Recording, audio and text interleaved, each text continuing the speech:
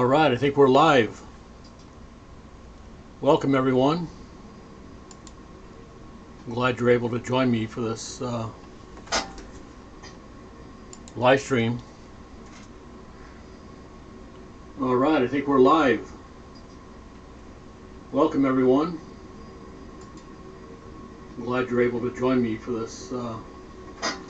Yeah, let me tweak a few things here. Okay. Before we get started, I made a little video this afternoon at the time the asteroid was making its closest approach.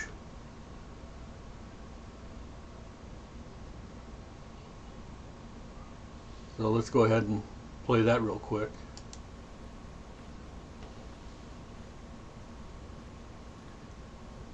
It is currently partially cloudy in the Shasta Valley. We're about 10 minutes away from the closest approach of Asteroid 7482, also known as 1994 PC1. This is the instrument that we will be using in about 5.5 hours from now to observe the asteroid. It is approximately 20-year-old Meade 12-inch LX200 telescope equipped with an apogee monochrome camera on the back and a 50mm short focus refractor guide scope on top.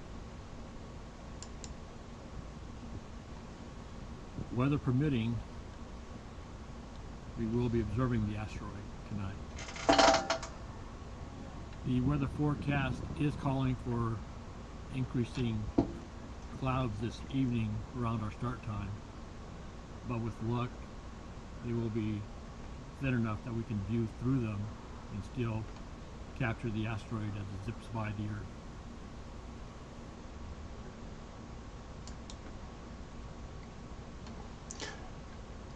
All right. Now what I've got on the screen right now, this is the picture of the computer that's actually in the telescope dome. That's controlling the telescope and the camera and all the interfaces there.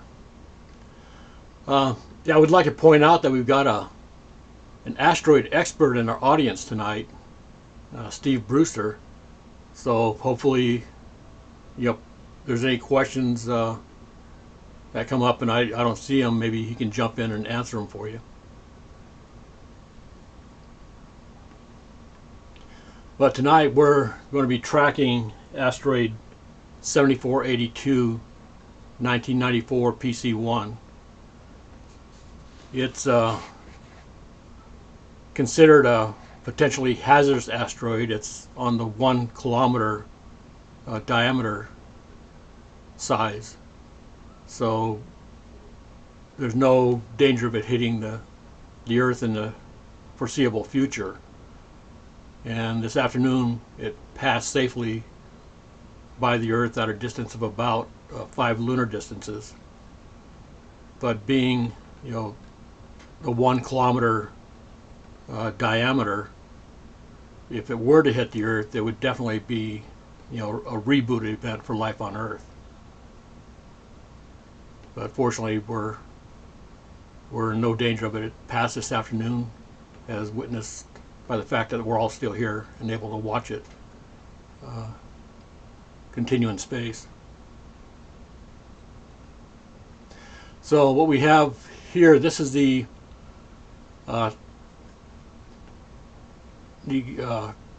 program that's controlling the telescope. The purple square that you have here, that's the imager field size, so you can see the stars or what it's going to look like relative to the chart here. We can zoom out, and down here we have the ecliptic, which is the path that the planets pass around or orbit the sun.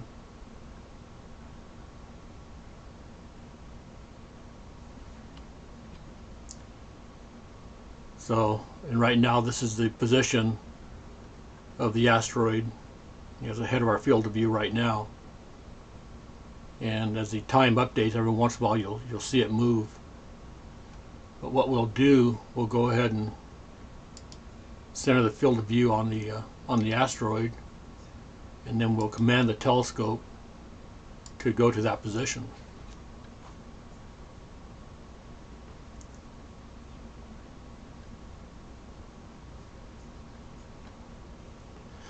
Now, this asteroid was discovered in 1994 by astronomer Rob McNaught from Siding Spring, Australia.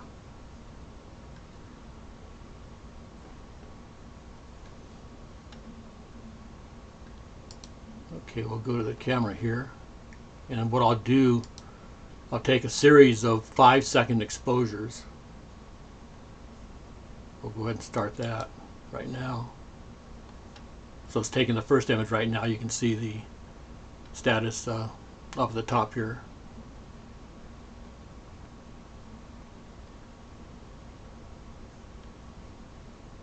And it doesn't look like much right now, because we do have a full moon in the sky. There is a lot of light noise, so to speak. So we're seeing a lot of that in the image here. But once the sequence is complete, we'll download the 10 images into a program called Tycho, which is used for processing images specifically containing asteroids and comets and so forth. And it's got a complex set of algorithms that will actually combine all the images for you and allow you to detect fainter asteroids, because it'll offset and stack each of the 10 images in the direction of the asteroid. So essentially all the signal from the asteroid is being stacked on top of the previous images, and then they're all accumulating at one point, so you'll get a brighter asteroid image with them all stacked on top of each other. You'll see that here in a second. I know a lot of the audience here is probably not very familiar with a lot of the tools and techniques that we use, but hopefully by the end of this live stream you'll go away with at least a little bit of knowledge and hopefully a lot more interest in this type of work. Okay, it looks like it completed all 10 images, so let me go ahead and come up here.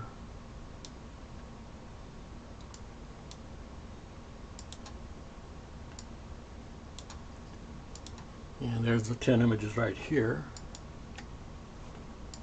We'll copy them across to the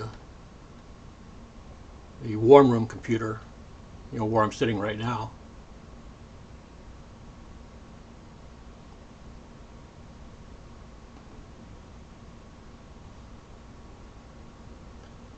Okay, so that's done.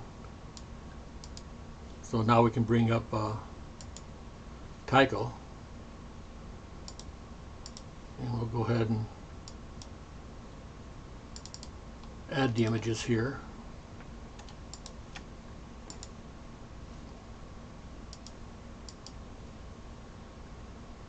And there you can see what the unprocessed image looks like. Now these two black lines that you see here, those are defects in the sensor, the camera sensor itself. So those are all essentially pixels that are dead, and the entire column is read out, so there's no useful information there. But luckily, with the processing of the images that we can do, we can kind of alleviate that and compensate for that. So this is the raw image here, but what we'll do, we'll go ahead and process them.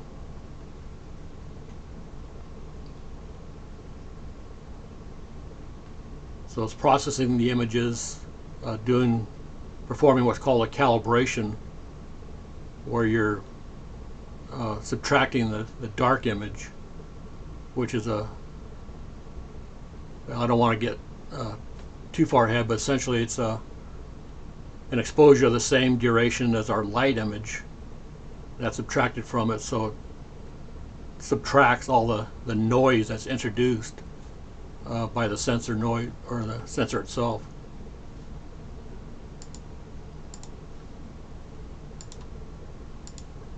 So down here you see a underscore C and an underscore A. The C indicates that those images are calibrated, and the A indicates that they're aligned. So as part of the process it just went through, it actually aligned them to the to each other in case you had a little bit of telescope motion in between images.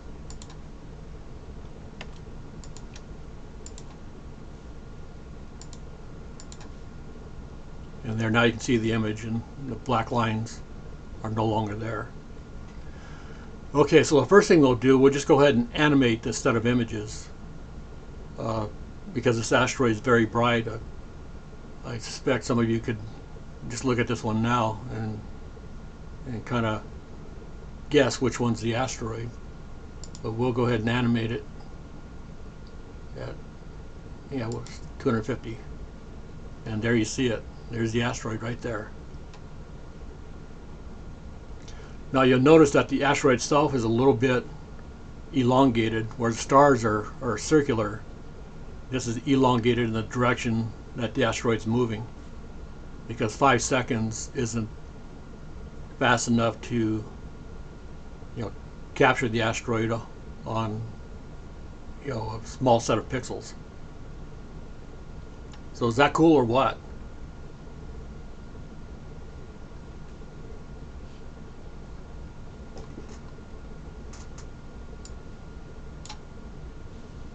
Oh, let me.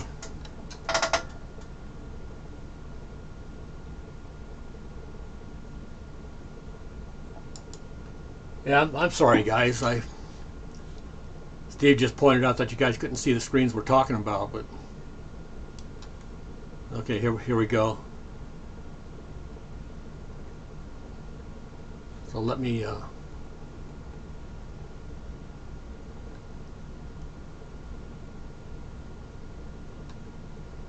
Yeah, no, I apologize for that. I'm still learning the authoring tools for creating live sessions like this, and I had the wrong screen pulled up.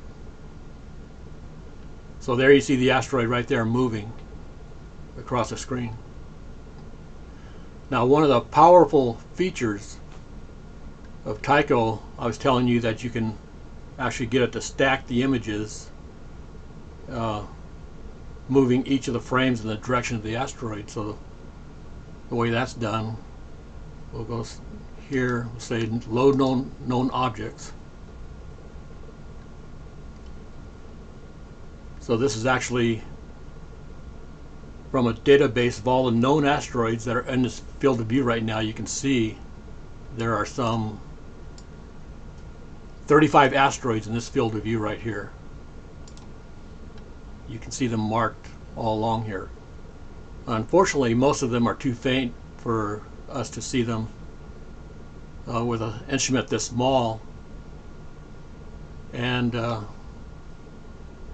with the exposure being so short. So here you can see our target 7482 is magnitude 10.5, so that's very bright and we can see it. But the next brightest object is magnitude 19. Now, typically to pick up an object of magnitude 19, we would need a dark sky without interference from the moon, and take images that are typically on the order of 1 or 2 minutes. And each of these exposures here are 5 seconds, so kind of keep that in mind. So we'll pick this object here. This is our object, and then you can see where it stacked all the images almost instantaneously, and you have the asteroid right in the center. And down here you can see that the asteroid is elongated, because it's actually moving during the 5-second exposure. And what Tycho will also do, now we can actually, Let me bring this up here. Go to Track Navigator, and we can verify the track.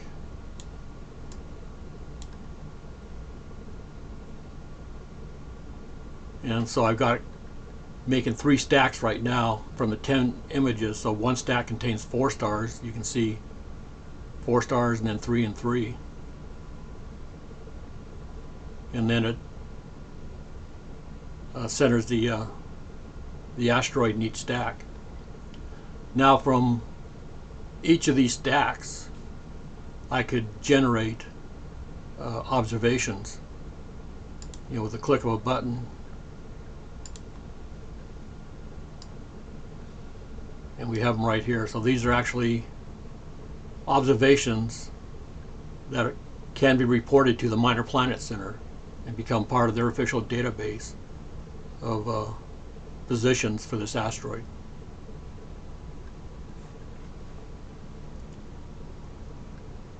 That's correct, the 24.5 arc minutes is the field of view.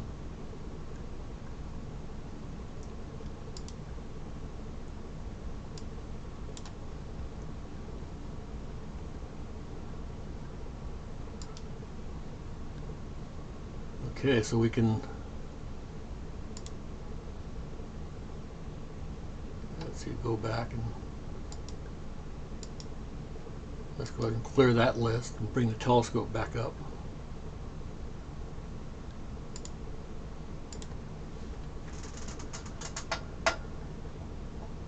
Let's see, there. Okay, so we can go ahead and close this, and now you can see how far the asteroid has moved since we last positioned it with a telescope. And from here to here is 24 arc minutes, so a little bit less than half a degree. So you can see that this has moved probably close to 6-7 tenths of a degree in that period of time. So let's go ahead and center it again. Let's go ahead and move the telescope.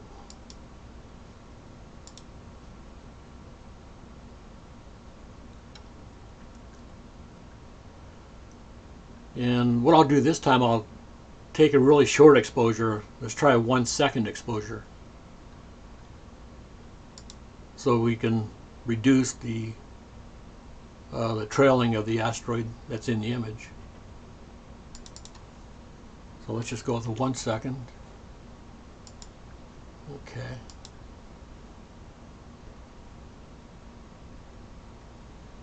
And then that ought to go very quickly.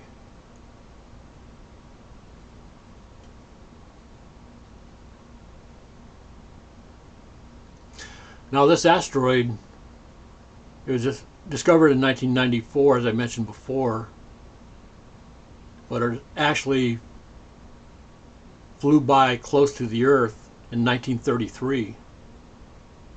And at that time it was a distance of about 3 lunar distances. And after today, it won't fly this close to the Earth again until the year, what is that? 2105, before it'll come that close to the Earth again. Okay, let's go ahead and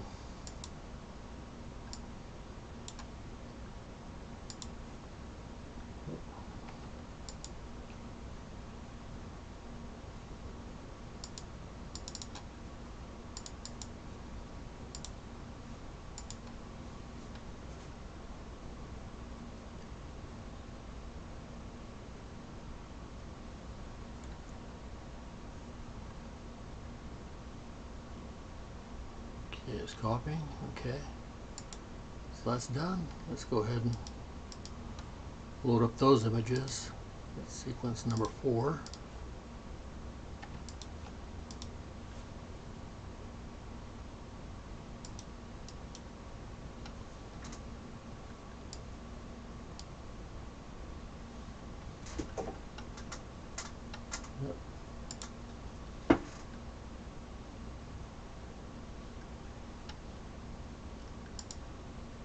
Okay, let's go ahead and animate these.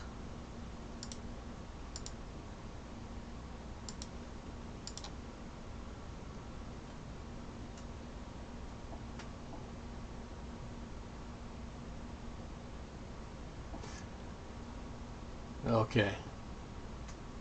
Well, I screwed up on that one. I don't know if you noticed, but the image was named mouse click position. So I think what I inadvertently did was clicked on the screen, marked a position, and that's where the telescope went to, not the asteroid. So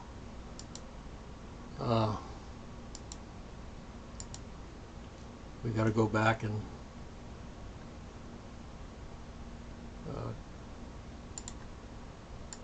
redo it here. So let's go ahead and there. So now we got our target back in there. So I was actually, this far away from the target. So let's go ahead and center that, and now let's move the telescope.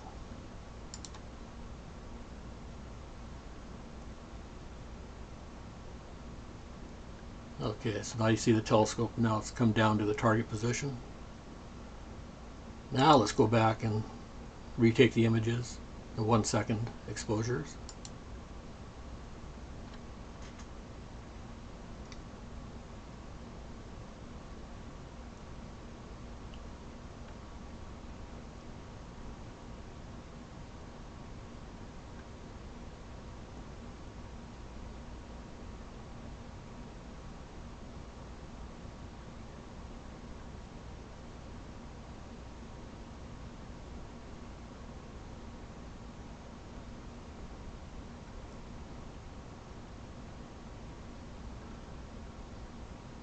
Okay, so it's complete. Let's go ahead.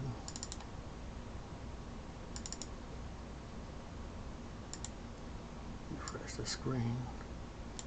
Yeah. Now the asteroid name is in the title, so I know I've got the right one now. So yes, let's copy them across.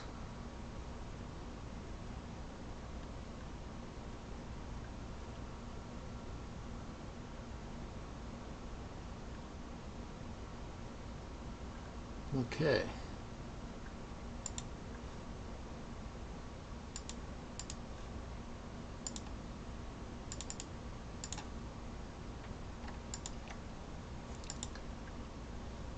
Let's bring them up.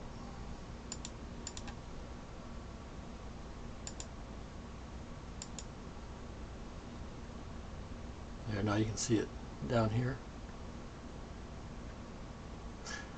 Now when I was saying that the images are being aligned to the stars, you can see here where they're moving it about a little bit because there's certain periodic errors in the telescope mount, so it kind of wobbles in between exposures. And so what the software does, it'll go through and identify all the stars that are in the image and actually align them on top of each other so they're all perfectly aligned.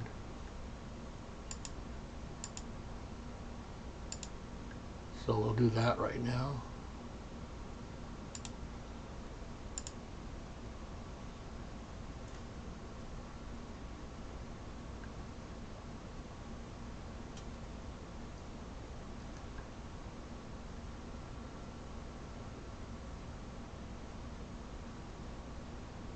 Okay, it's aligning.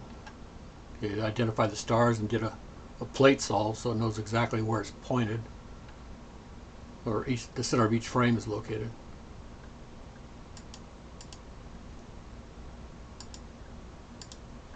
So let's get the calibrated and aligned images.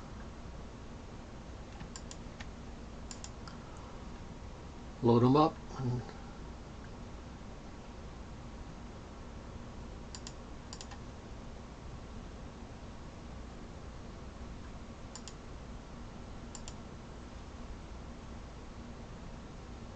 there, now you can see that the stars are perfectly still, and then the asteroid's moving in the background there.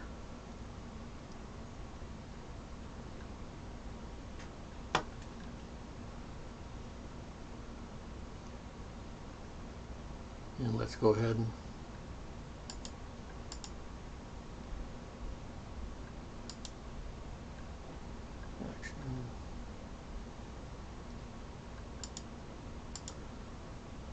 load the known objects. In this field there's 33 known asteroids.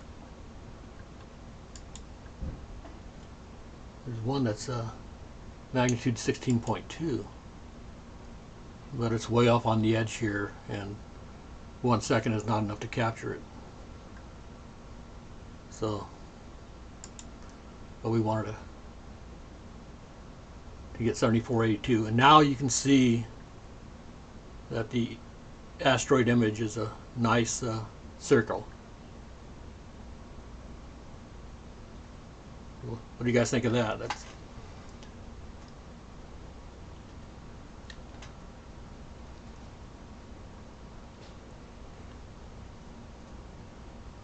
Yeah, I'm reading a comment from Ekerb Segroy, who has a good question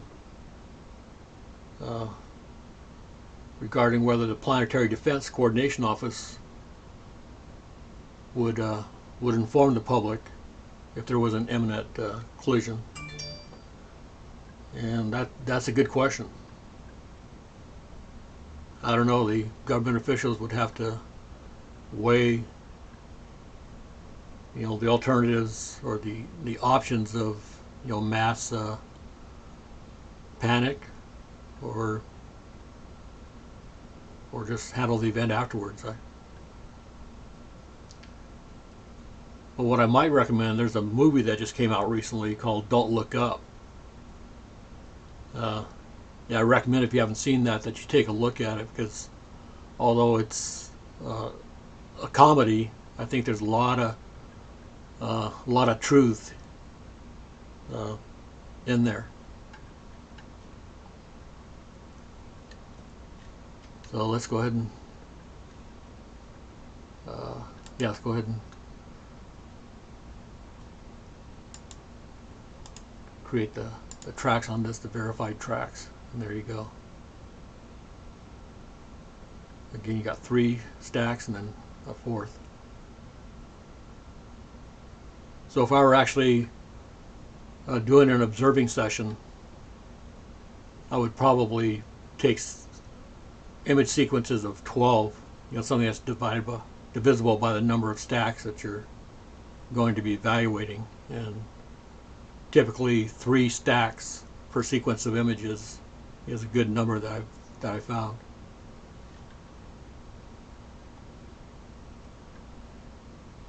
So there you go.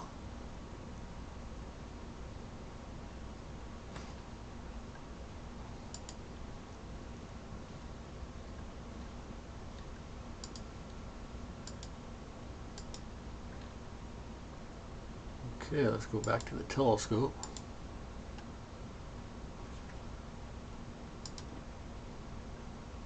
Okay, we can see where we are now.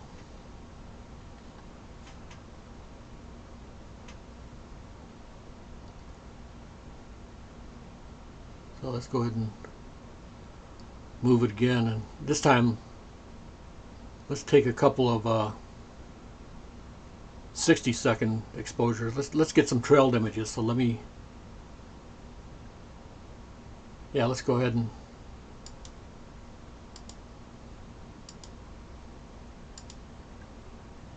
center it. Let's move the telescope to it.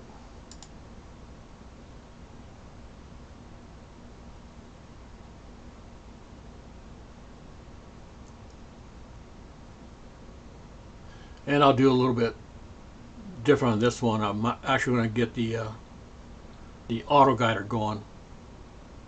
If you recall, during the introduction, there was a blue telescope, or a light blue telescope, on top of the main instrument, and that was a guide scope. So this is actually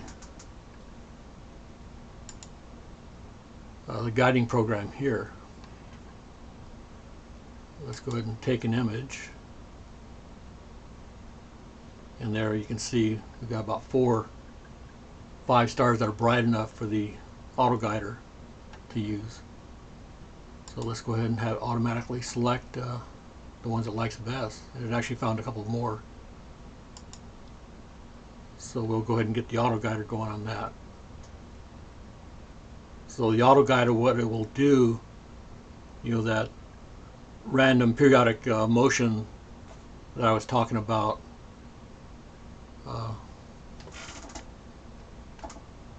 let's get the auto guider will compensate for that and try to keep the telescope perfectly centered on the guide stars. So that'll keep the image from wandering back and forth and tend to keep all the stars on top of each other. So for longer exposures, that'll give us a much better image. So up here, you see the actual errors as the auto guider is starting.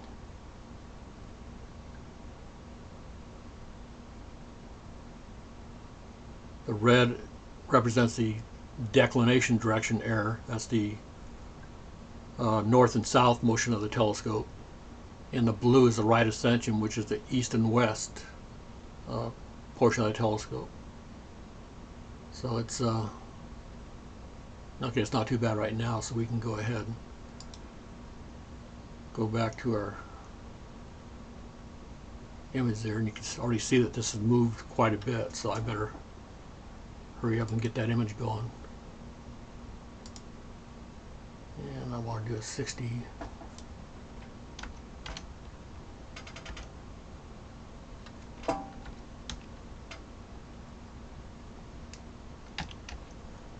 A 60-second exposure, and I'm binning it 2 by 2.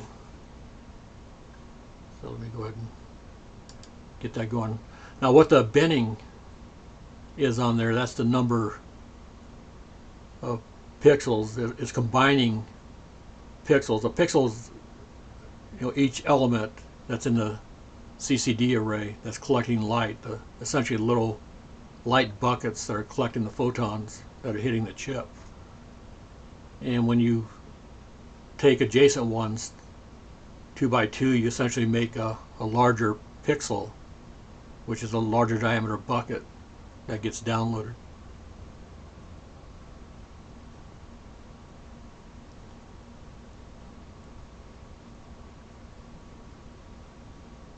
The disadvantage is that of course, the resolution of each of your images is going to be a little bit less. Okay, so we got 5 seconds left on the image. Okay, so now it's downloading. Let's go ahead and adjust the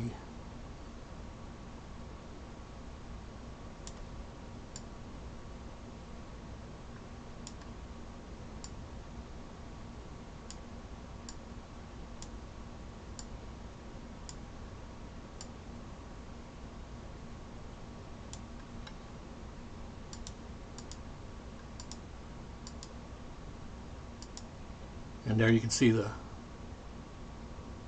trail of the asteroid in that 60 seconds. And of course you can see that one column defect that's in the CCD device. So this is an unprocessed image. That's why you see a lot of the noise in the background. It's not a perfectly black background because it hasn't been processed.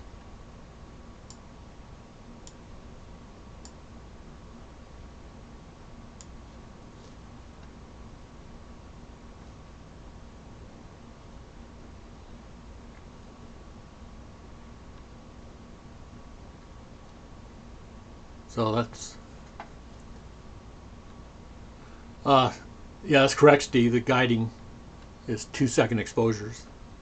We go back to the camera here.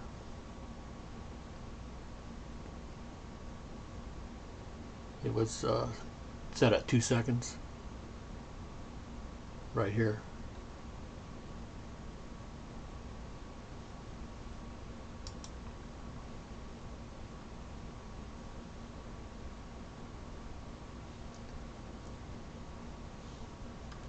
Okay, so let's go ahead and take another series here of the 5-second exposures. With 5 seconds, that gives you a better balance between the number of stars that are being detected and the asteroid itself. And the software that measures the position of the asteroid does a good job of measuring or finding the centroid of the slightly trailed image.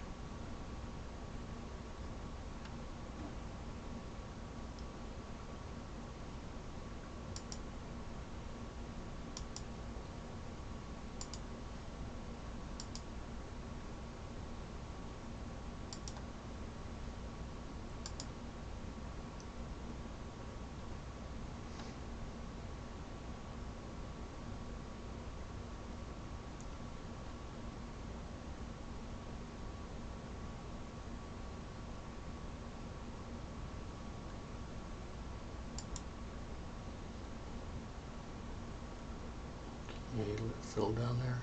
Whoops. Yeah, the auto guider is not going to like that. I forgot to turn the auto guider off, so it's probably going to fit over here. Oh, see, look at that. Smart enough that it realized that I slewed the telescope without telling it, so it automatically stopped. Is that cool or what?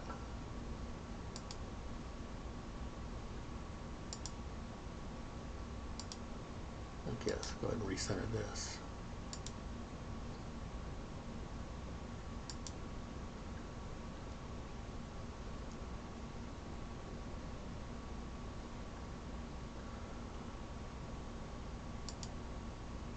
Okay, we'll take our 10-second.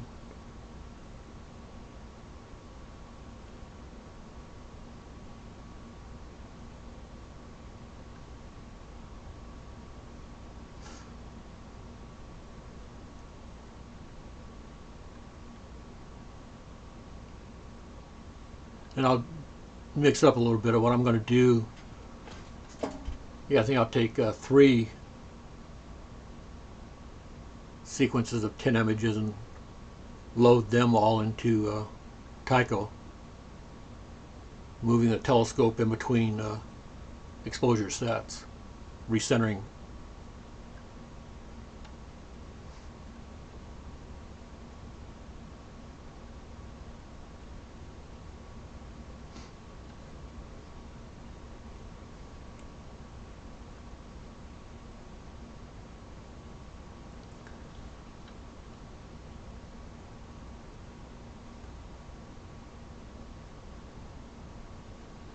That's right, E-Curb.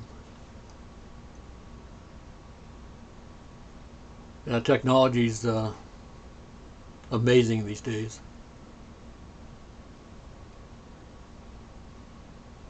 Compared to 50 years ago, 50 years plus, when I first got started in this stuff.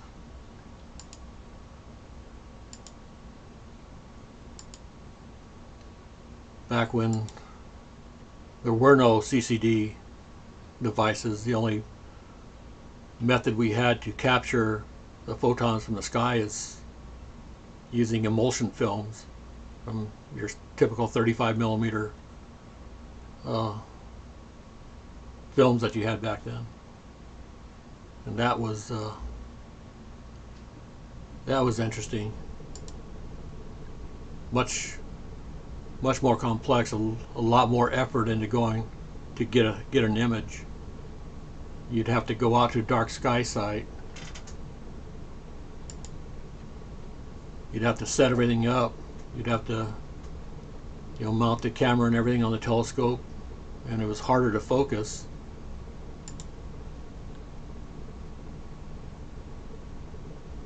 And at the end of the night, you'd have to unpack everything, drive back home, and the next day develop your film. And once you had your negatives, if it turned out good, then you can make enlargements, enlargement prints, using an enlarger. It was quite involved, and I'm sure some of you can appreciate what I'm talking about.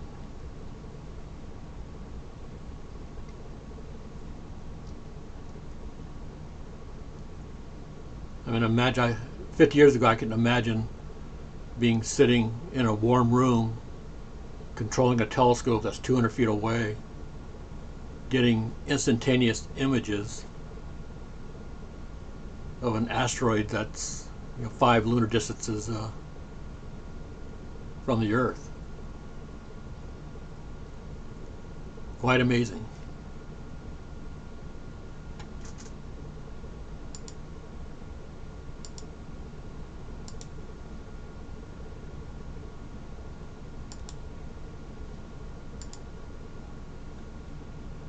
Okay, let's go ahead and get the third sequence started since the telescope is in position.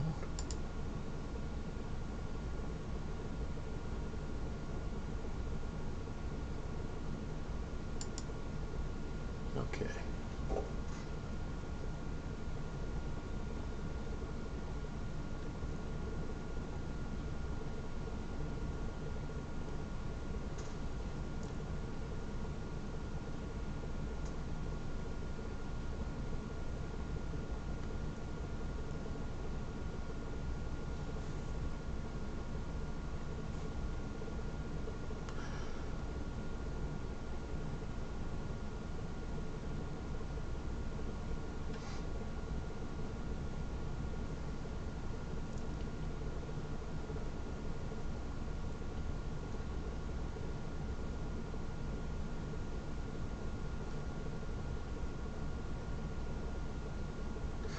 Now we're talking about near-Earth asteroids and collisions. Earlier this month, on the 4th of January, there was an asteroid that was discovered. It's I think it's on the order of 60 or 70 feet in diameter, but they're able to observe it for about 8 days before it got too faint, or since it's been seen. So let me go ahead and copy these images here and get that going, and I'll return to the story about this newly discovered asteroid. I think you're going to enjoy it.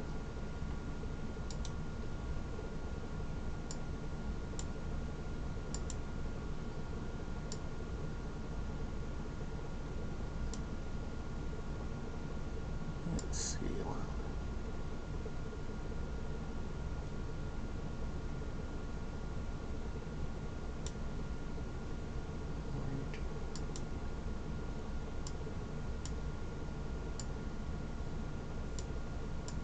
I kind of lost track of which. Okay.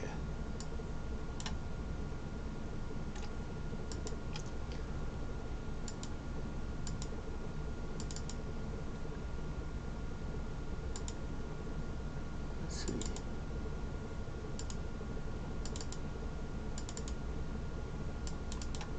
Okay, that folder's empty. Okay, let me copy all those across.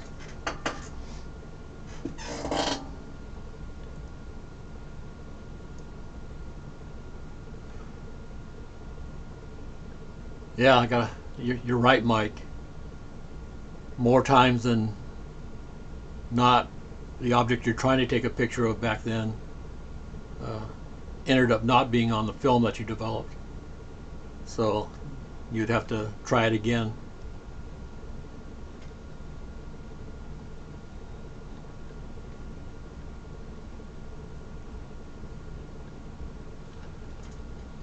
Okay.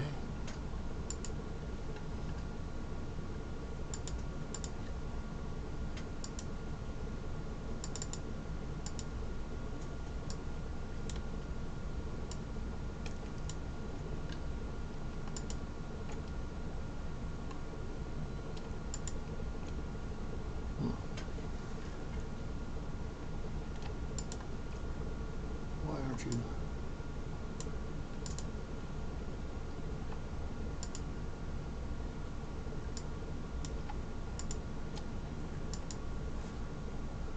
It wasn't selecting all the images there for a second.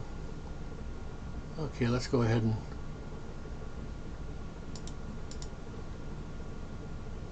animate that stack and see what it looks like. So there you can see it, the telescope moving in between sequences there.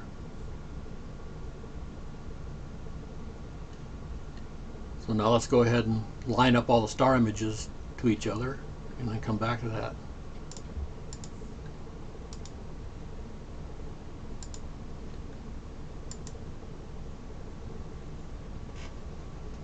So now this stack is going to have 30. So when we build our tracking sets, it'll be a stack of 10 images instead of the 3 or 4 that we were seeing before.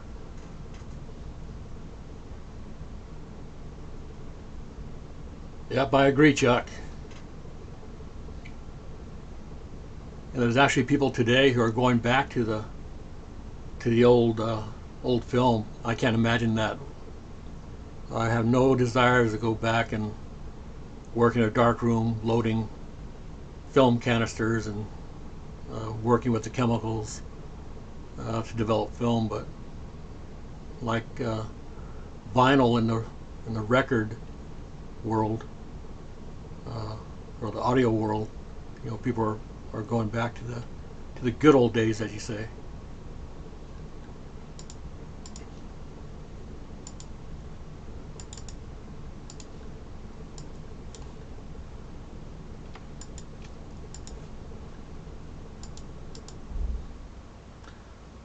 Okay, now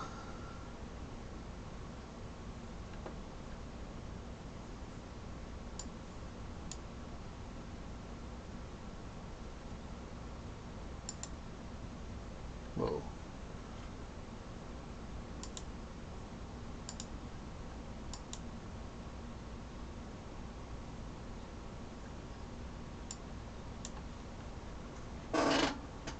And there you go. You can see that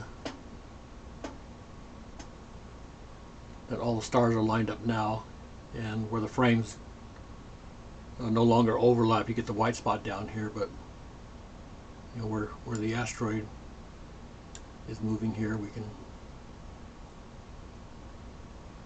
see it going through.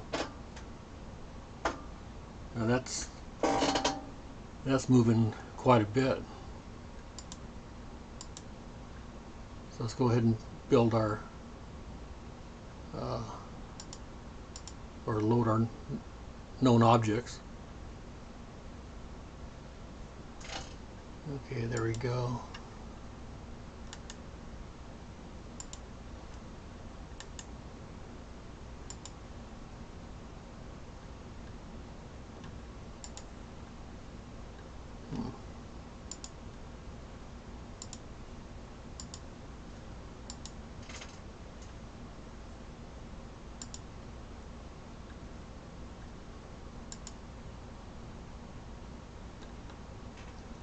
Yeah, for some reason it failed to load the star catalog when it loaded the images, but it did at that time. So okay, so let's go ahead and verify the tracks. Okay, so there you go. So now you can see that there's 10 sets of dots for each of the trailed stars, and the asteroid's right in the center of the image there.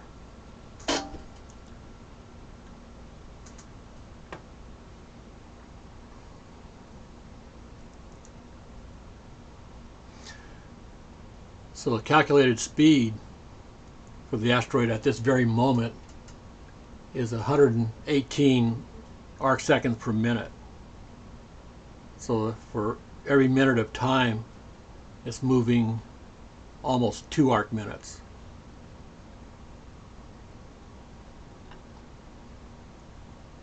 So it's going at a pretty good rate, and the fact that it's so bright makes it easy to detect. For the last couple of nights, I've been going after some 18th magnitude asteroids that were only like 5 or 10 degrees away from the full moon. And oh, did I do that again? Yeah, I'm sorry guys. Let me.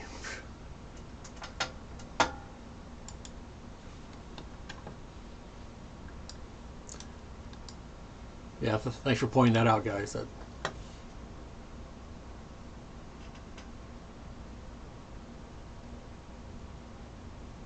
And Steve. Yeah, there's a learning curve with the tools here, and I'm still learning them, so bear with me.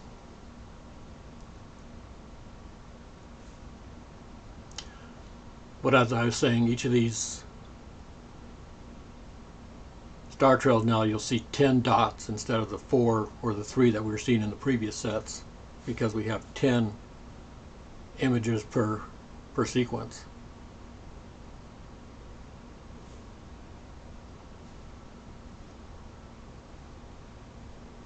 And over here is where it's showing the speed, and position angle is about 319 degrees. And it's at magnitude 10.5 right now, so.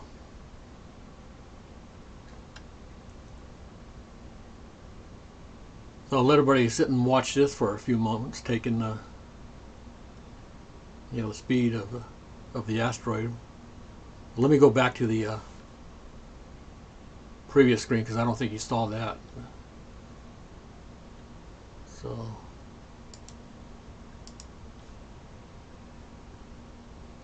I figure out how to do that now.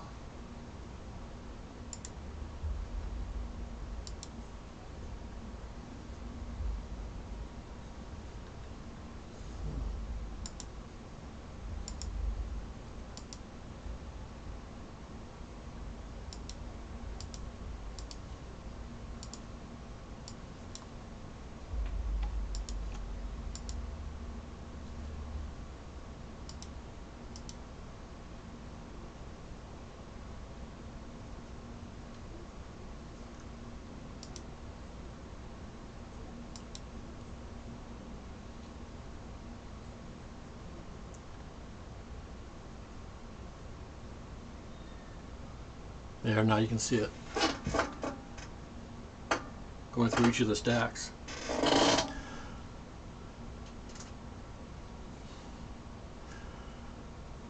Okay, I'll let that go ahead and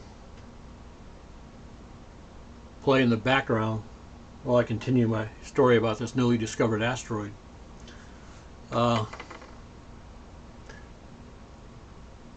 Yeah, JPL, the Jet Propulsion Laboratory, is one of their functions. They track all the potentially hazardous asteroids and calculate future encounters with the Earth.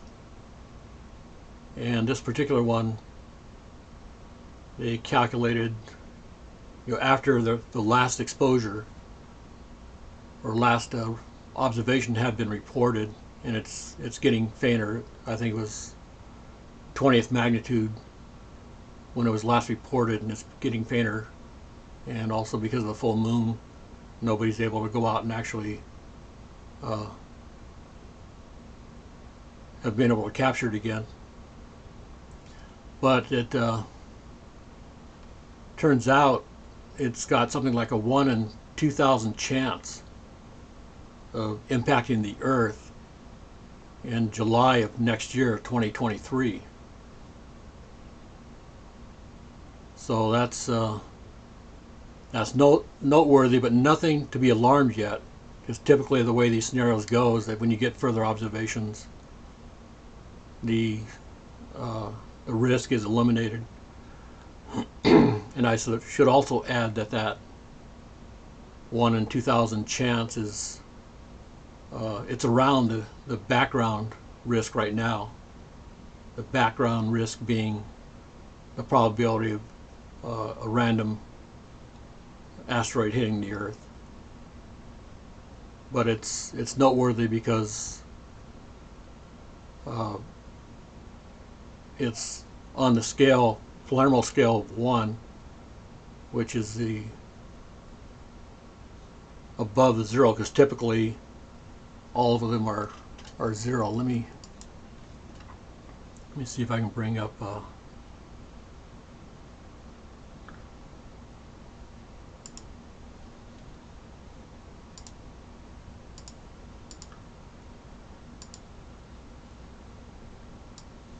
yeah, let me bring up the Jet Propulsion website here, and you can see they've got green here, and all the other ones are all zeros, because typically that's what you want to see is all zeros.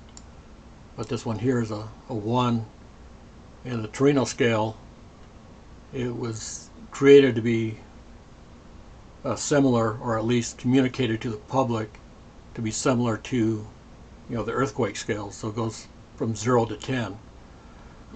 So 1 is not considerably at risk, mainly because it's a small asteroid. If the asteroid had more mass, then the Torino scale would increase accordingly. So yeah, this one here, the Tunguska impact, was on the order of 10 to 15 megatons of energy that was expended in that impact. And this one here, let's see if it's, I don't see it here. Let's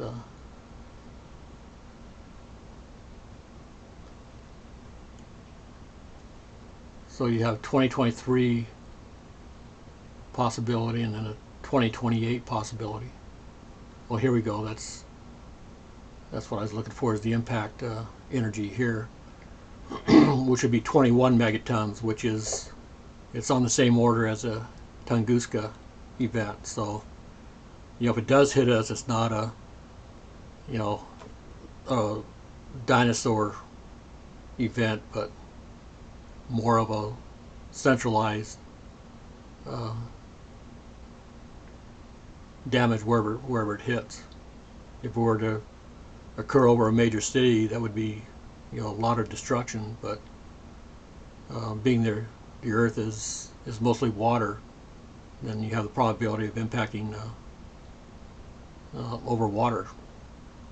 So it's nothing to be worried about. I'm sure there's going to be people on the news that are going to be hyping this to get clicks on their web pages, but I'm not going to lose any sleep over it right now, because professional astronomers are already planning on getting further observations as soon as the moon becomes less bright.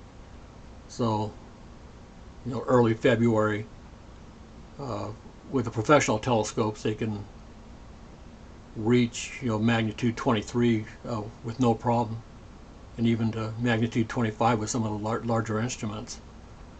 So I think, given the fact that it's on a non-zero Torino scale, there's going to be dedicated efforts to get further observations of this, to rule out, or at least better understand, what July of next year is going to look like.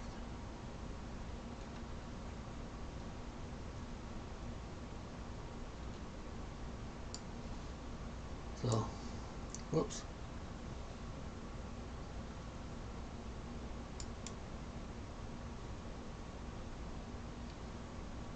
Oh, don't want that one. Okay. All right. Well,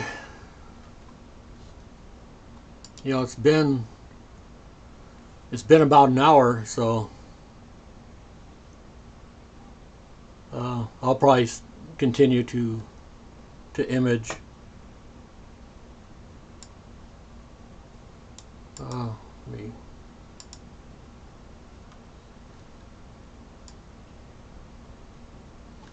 Let's see what Steve says there. Yeah, you're correct, Steve, depending on where it will hit. So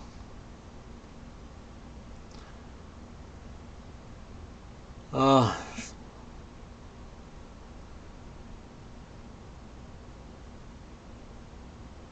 yeah, so I think I'll go ahead and uh, let's see, call it a night here. And I want to thank everybody for joining me. And I'll continue to get some observations of it or get some images of it just so I have a number of positions that I can report. So, all right. Well, thanks everybody, and I hope you enjoyed yourself.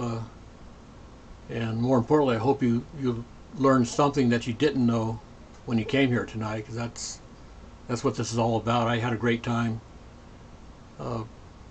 presenting this to you, and I'm actually delighted that everything's working and didn't have any hiccups, and the weather's cooperating. And I think what I'm going to do tomorrow night is actually put the eyepiece on the telescope and observe it visually, using eyeballs instead of sensors. So that's always a